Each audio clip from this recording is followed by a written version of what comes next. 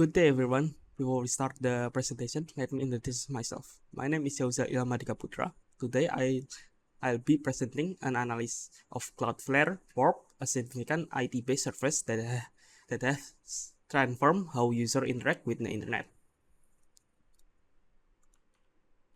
This presentation will cover what Cloudflare is as an organization, the technical working of Warp, its social impact, particularly in relation to Indonesian internet censorship.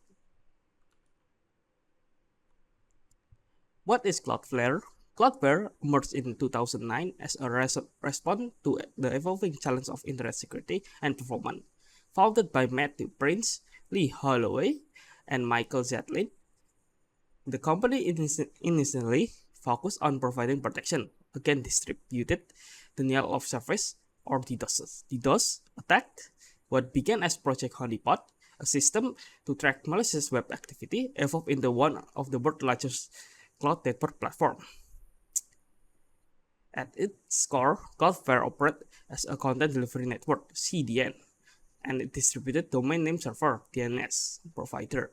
However, its services have expanded significantly to include comprehensive cybersecurity solution, load balancing, and web optimization tool. Today, Cloudflare serves over 25 million internet providers and approximately 20% of all websites utilize some form of Cloudflare service.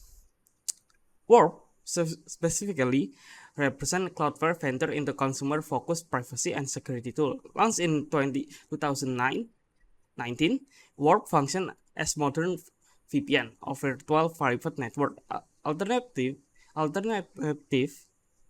that emphasize both security and performance, combination that traditional VPN often struggle to balance effectively.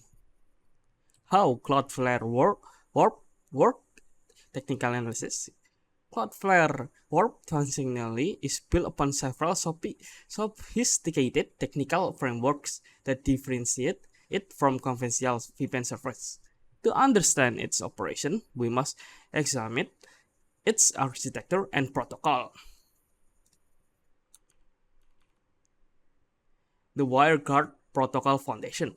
At Warp Foundation lies the WireGuard Protocol, a modern, streamlined approach to secure tunneling. Unlike traditional VPN protocols such as OpenVPN or IPsec, which contain tens of thousands of lines of code, WireGuard operates on approximately 4,000 lines, significantly reducing the potential attack surface. This lean architecture provides several advantages.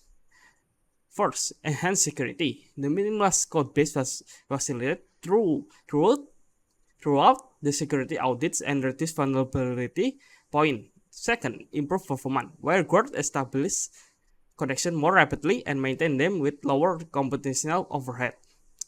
Third, battery efficiency. The protocol design minimizes the device resource consumption, crucial for mobile application. Second, there is Argo Smart Routing.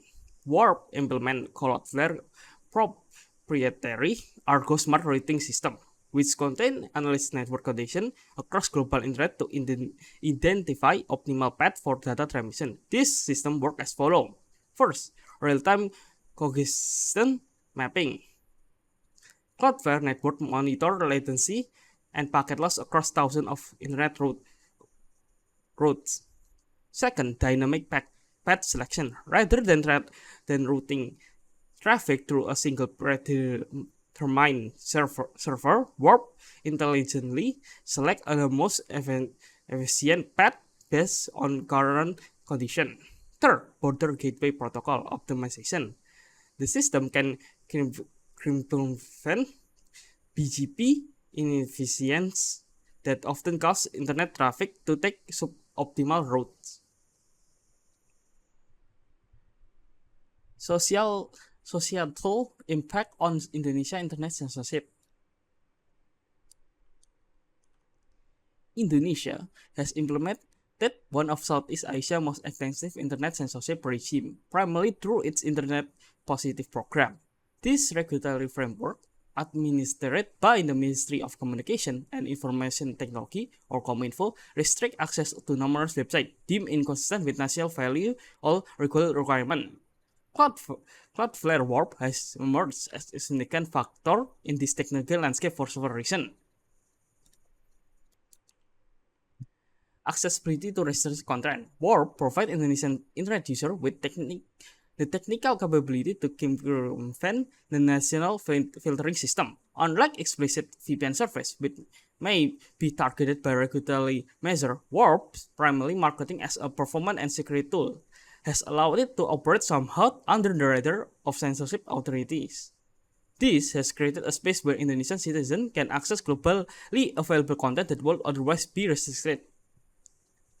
Digital right and expression. The availability of tools like Warp has contributed to ongoing debate about digital right in Indonesia. The technology empowers users with greater information access, potentially expanding exposure to diverse perspectives. This has particular significance in a nation characterized by substantial cultural, religious, and political diversity. Economy implication. Indonesia's digital economy has experienced remarkable growth, with estimates suggesting it could reach 130 billion by 2025. But restriction on internet access can impede this development, particularly for business relying on international platform or service. Warp allows Indonesian entrepreneurs and digital professionals to access essential tools and resources that might otherwise be unavailable, potentially contributing to economic development despite regulatory constraints. Legal and ethical consideration. It's important to acknowledge that complex ethical questions surrounding circumvention technologies. While Warp facilitates access to innocent content like Reddit, which is blocked primarily due to content moderation challenge rather than inherently harmful material, the same technology could potentially be used to access genuine harmful content that is legitimately restricted. This created a nuisance conversation about the balance between individual digital freedoms and collective societal protection. A dialogue that continues to evolve as technology like Warp become more prevalent in Indonesian digital ecosystem. In conclusion, Cloudflare Warp represents a significant advancement in internet security and accessibility technology. Its technical architecture provides advantages over traditional VPN, while its positioning as a security tool rather than explicit circumvention service has allowed it to maintain availability in market with significant internet restriction. In the Indonesian context, Warp exemplifies the ongoing tension between regulatory frameworks and technological innovation. It's empowered users with greater information access while simultaneously challenging established content and control mechanisms. This case study illuminates broader question about the balance between state authority and individual digital right in an increasingly connected world. As internet technology continue to evolve, the relationship between services like Warp and regulatory approach will likely remain dynamic, reflecting the complex interplay between security, privacy, and accessibility in our digital society. Let's bring us to the end of the presentation. Thank you all for tuning into my talk about Cloudflare Warp. See you next time and goodbye.